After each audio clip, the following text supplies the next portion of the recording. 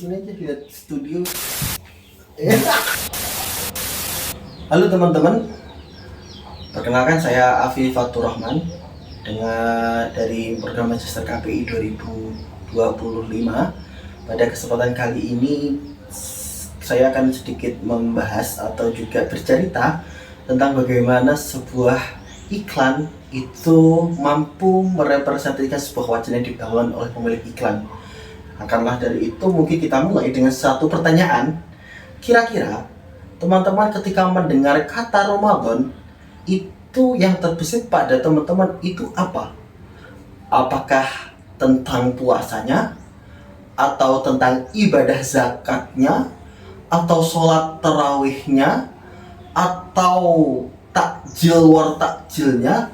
Atau tadarusnya? Atau bahkan sudah terfikirkan lebaran nanti mau ngapain? Nah, berbicara tentang Ramadan, ini merupakan substansi Islam yang cukup sangat sentimen banget.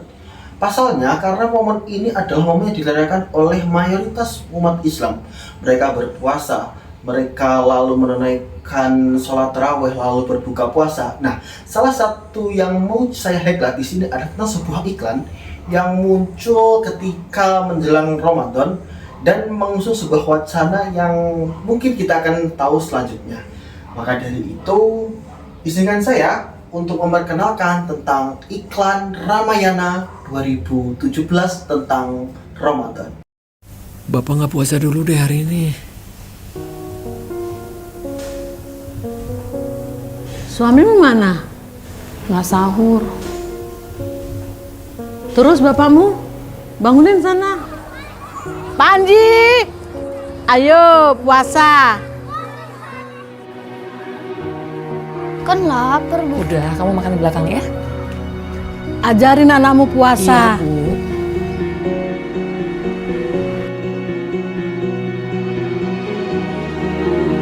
Banyak amat. Sekalian buat lebaran.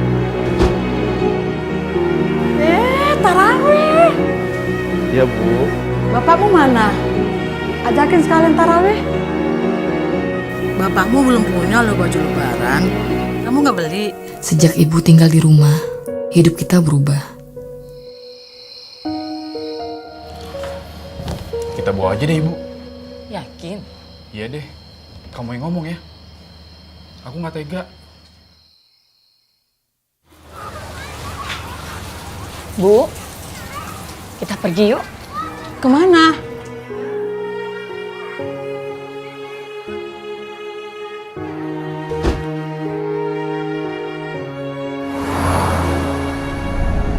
Kita mau kemana?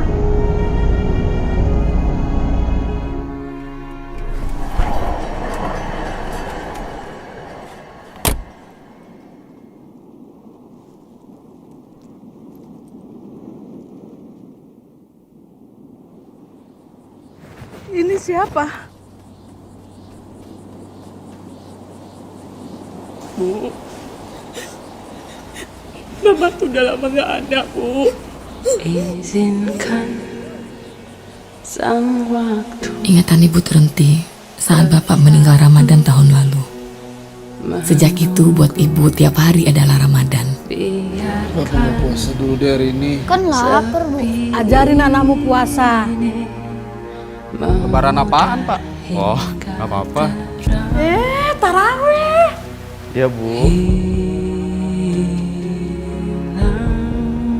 Bu, datang lagi. Adalah bunyi yang sejati di antara semua nada dunia. Harapku cemas gelap datang kembali. Hilangkan beli baju lebaran yuk. Jangan pernah berhenti membahagiakan orang yang kita cintai. Karena itu keren.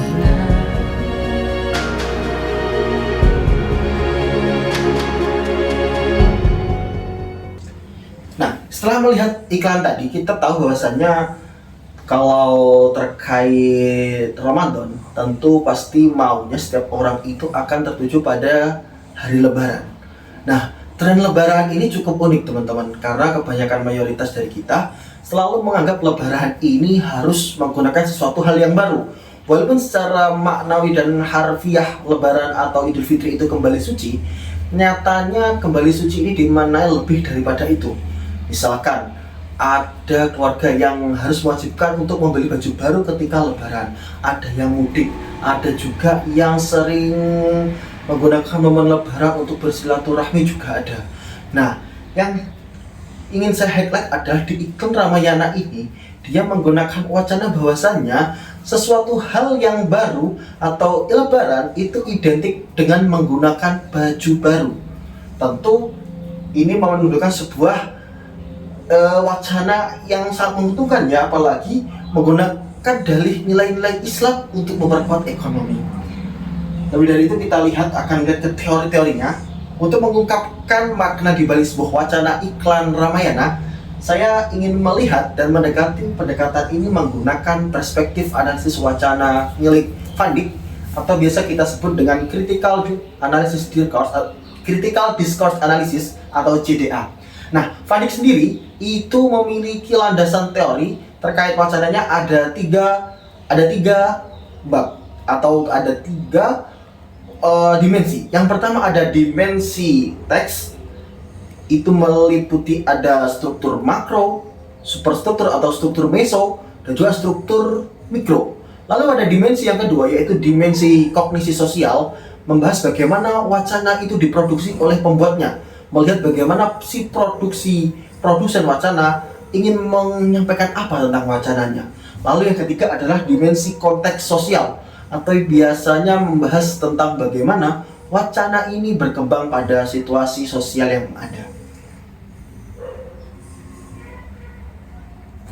Pembahasan yang pertama tentang dimensi teks.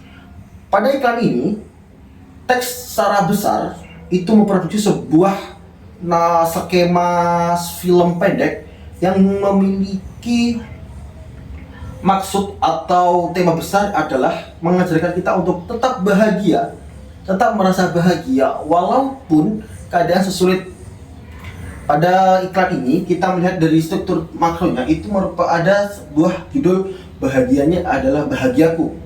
Nah, ini menunjukkan bahwasannya keadaan bahagia harus dilaksanakan atau tetap kita harus tetap bahagia walaupun keadaannya sesulit apapun, entah itu lagi puasa atau entah itu pun lagi ingin malas tarawih sebagainya, kita harus tetap bahagia.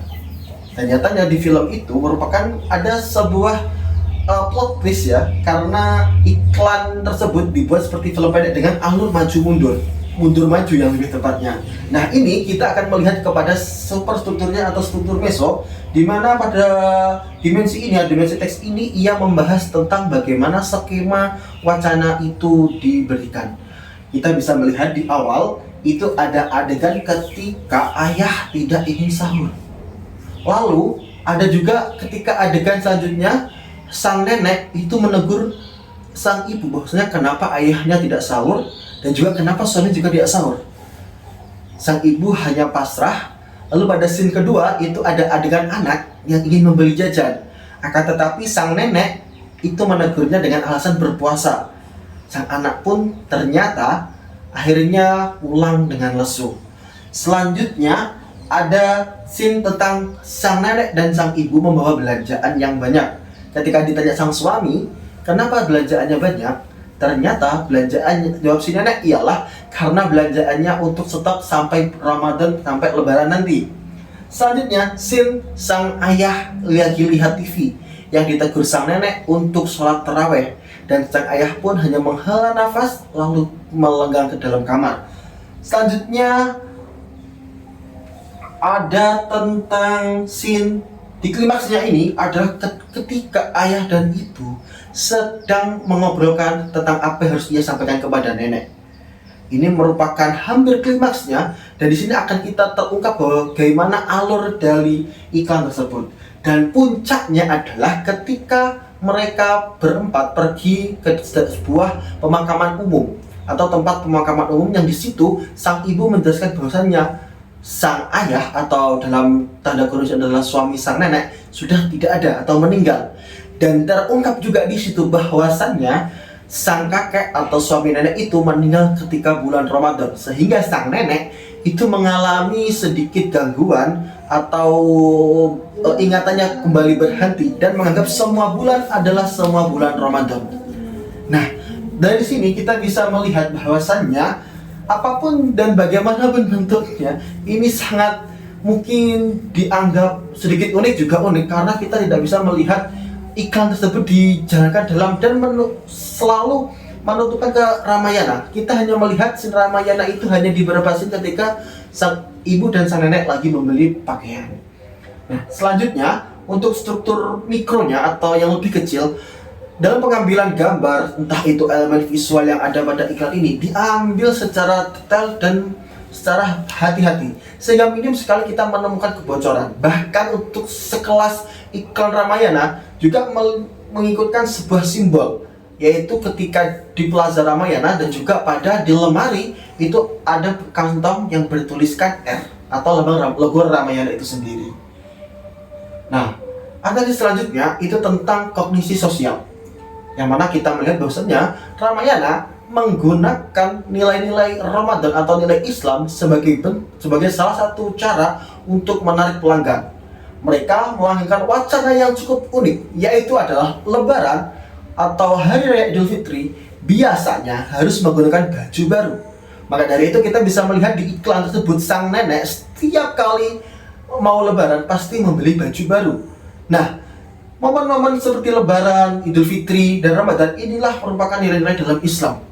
Akan tetapi, Ramayana memanfaatkan peluang nilai keislaman ini untuk meningkatkan pembelian atau meningkatkan ekonomi bagi pemilik Ramayana sendiri.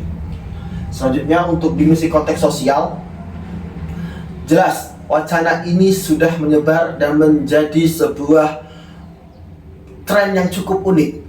Mayoritas kebanyakan anak-anak, bahkan sampai yang tua, menganggap momen Lebaran itu adalah momen yang sangat bahagia, betul. Sang momen kita kembali ke fitri, betul juga.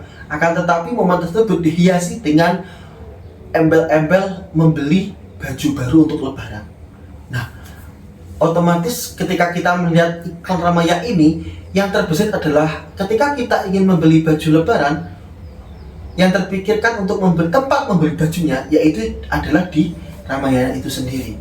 Dengan demikian, secara kesimpulannya adalah Ramayana benar-benar memanfaatkan nilai-nilai Islam, khususnya ketika bulan Ramadan menjelang sampai Lebaran, sebagai ladang untuk meningkatkan ekonomi mereka. Dan kita harus sadar bahwasanya wacana ini tidak seharusnya tetap dilanggengkan, karena bagaimanapun juga kembali Idul Fitri itu bukan berarti semuanya harus baru, semuanya harus menjadi suci atau bersih kembali, tidak. Melainkan niat dan juga semangat kita serta spiritualitas kita harus kembali menjadi suci, kembali harus dipupuk lagi untuk semangat, dan bukan karena baju baru. Jadi teman-teman, mari kita bongkar lagi, kita telaah lagi apakah hal-hal yang sifatnya itu tren masa kini itu merupakan sebuah wacana untuk meningkatkan kapitalisasi atau sebuah wacana untuk mendiskreditkan sesuatu hal yang mungkin sama sekali kita tidak tahu itu. Yes.